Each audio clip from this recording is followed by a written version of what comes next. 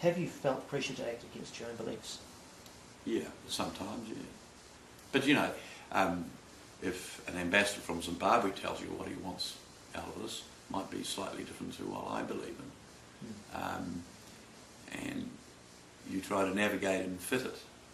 You know, and people do try to beat you up and threaten you and bully you and say, you will not get this unless you take on some of my nationals as staff. It's that pathetic. Oh, okay, I see.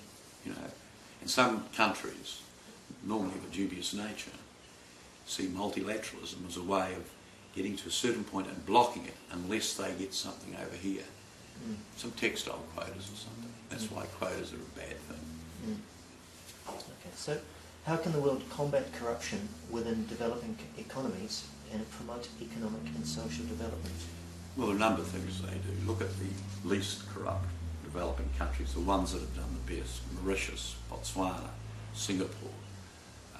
The journey is pretty clear. Professional public servants, rule of law, property rights, disposable, accountable politicians, free media, active civil society, trade unions, human rights. All these things fold in. And to a good degree, frankly, we have seen enormous advances in the last 20 or 30 years. The majority of the world for the first time live in democracies. Some of them pretty rough. And from the authoritarian country, the totalitarian countries, you've sort of gone to some that become authoritarian, and then some that are sort of paternal. May not quite be democracy as I see it in my culture, but more and more they're moving. Most are moving. For the first time in history, Chinese can sue their own government. The king, emperor is answerable to his own laws. It's rough, they're doing it, it's moving. And that's why hundreds of millions of Chinese have been lifted out of extreme poverty. The moment the Chinese government said you can own what you produce, agricultural production went up 40% in 2 years. People do this, and they'll get wealthier, and then they'll become tourists. We get more tourists now from China than Japan. This is not a small thing. And when, people are always paranoid about China, but when the recession hit, the global crisis hit, they were terrified China would stop growing. It is now producing more to the world economy, pulling us out of this recession. They're contributing more to the world economy than Japan, the United States or Europe. That has to be a good thing, I would think. Okay. Now, I've got a question here from John Lee MK. It's quite a big one. Maybe I should try and paraphrase it. He's a citizen of a developing country, and he's benefited tremendously from it, especially being able to travel so freely from country to country. He studied abroad, and he wonders, what do you think of a world without borders, where people can move and live and work in wherever they like? Is this achievable, and if so, when? And should this be something that we aspire to? I think man is still a tribal species, and that societies will negotiate their own level of migration, moving back and forth. Of course, overwhelmingly, the movement of people is a good thing.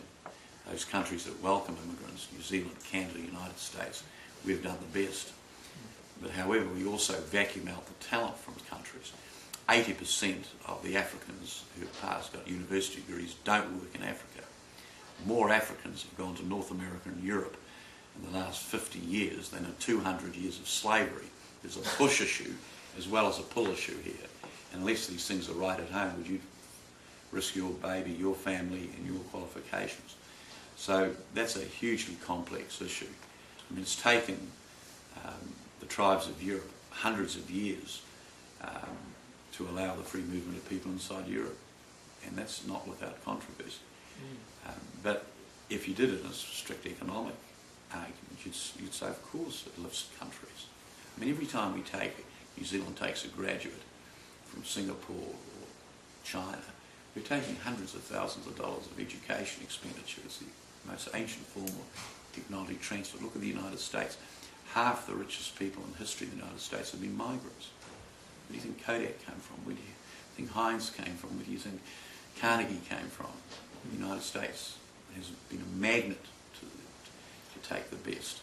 So where does this leave those countries at the bottom of the heap, where people leave and no one wants to come to? Well, that's the issue of domestic policies, isn't it? Why would you stay in Zimbabwe?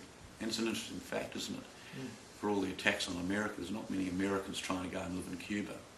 There's not many South Koreans trying to live in North Korea. There's no South Africans trying to live in Zimbabwe. There's no Pakistanis trying to live in Afghanistan. There's no Thais trying to smuggle themselves into Burma. It's an interesting fact that the closed economies, the least globalised economies, are the places that people desperately want to get out of and the rest of their lives. And they become vulnerable to all sorts of evil people. So if, and they come to our countries and frequently live in the underground. They have no piece of paper. They're illegals. They don't have a trade union to look after them. They can't go to the tax department. They can't go into the hospitals. They live in the shadows in our economies, and it's a terrible thing.